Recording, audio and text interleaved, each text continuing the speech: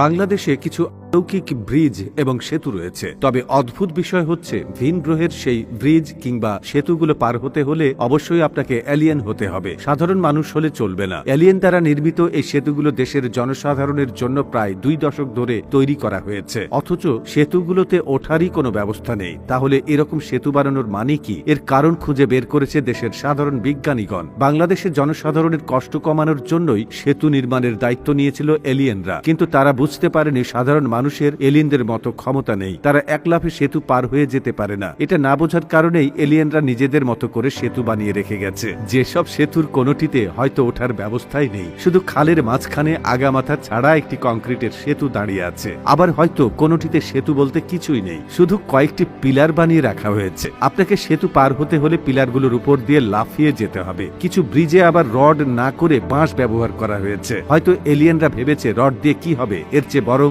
দেশীয় কাঁচামাল ব্যবহার করাই ভালো, সেটি হচ্ছে পাকা বাঁশ। কুমিল্লার নয়াচর গ্রামে খালের উপর রয়েছে এক সেতু, যেটির নির্মাণ কাজ আজও শেষ হয়নি। বিলাসবহুল এই সেতুর নির্মাণ কাজ কবে শেষ হবে তা কেউ জানে না। মানুষ শুধু জানে একটি সেতু নির্মাণ করা হচ্ছে। সেখানে গেলে দেখা যায় পানির উপর দাঁড়িয়ে আছে 4টি পিলার। 23 বছর ধরে ওভাবেই রয়েছে সেতুটি। পটুয়াখালীতে রয়েছে এমনই একটি সেতু, যার নির্মাণ কাজ শুরু হয়েছিল 2012 সালে। এই সেতুতে আবার ওঠার ব্যবস্থা ঠিকই আছে, মাঝখানে শুধু মূল সেতুটাই নেই। দেশে এরকম আরো কত শত এলিয়েন ব্রিজ রয়েছে তা কেবল সেতুর সুমারি হলেই হয়তো বলা সম্ভব। প্রশ্ন উঠতে পারে, সেতুর যদি এই হাল হয় তাহলে বাজেটের টাকা কোথায়? কোন রকম গবেষণা ছাড়াই জানা যায় সেতুর জন্য যে পরিমাণ বাজেট ধরা হয়েছিল তা পুরোটা কাজে লাগেনি বলে এলিয়েনরা সেগুলো ভিন গ্রহে পাঠিয়ে দিয়েছে, যেন ভিন গ্রহের অর্থনীতি একটু চাঙ্গা হতে পারে, কেননা তারা অনেক দিল দরিয়া। এখানে আরো প্রশ্ন উঠতে পারে, যদি বাজেট কাজেই না লাগে তাহলে এত খরচ দেখানোর মানে কি?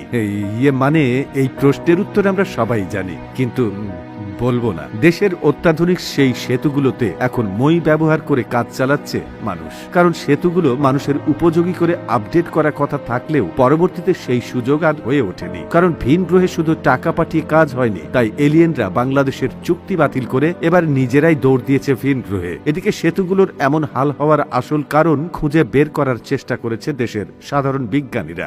দীর্ঘশ্বাস ফেলে তারা জানিয়েছে উন্নয়নের জোয়ারে ভেসে গেছে এসব সেতু। ভাগ্যিস কিছু অংশ মজবুত করে বানানো হয়েছিল, নয়তো আজ আমরা সেটুকুও হারাতাম। তবে হারালেও যা, না হারালেও তা, কারণ এসব ব্রিজ কেবলই শোপিস। এত সুন্দর সুন্দর শোপিস বানিয়ে দেওয়ার জন্য আজ উঠতে বসতে এলিয়েনদের স্বল্প আয়ু কামনা করছে দেশের সাধারণ মানুষ। দেখেন সবাই উন্নয়ন উন্নয়ন উন্নয়ন। তো বন্ধুরা, এই প্রতিবেদনটি ভালো লেগে থাকলে আমাদের কমেন্ট করে জানাবেন, সেই সঙ্গে আমাদের ফেসবুক পেজটিতে ফলো করে রাখুন। এতক্ষণ আমাদের সাথে থাকার জন্য আপনাদেরকে অসংখ্য ধন্যবাদ।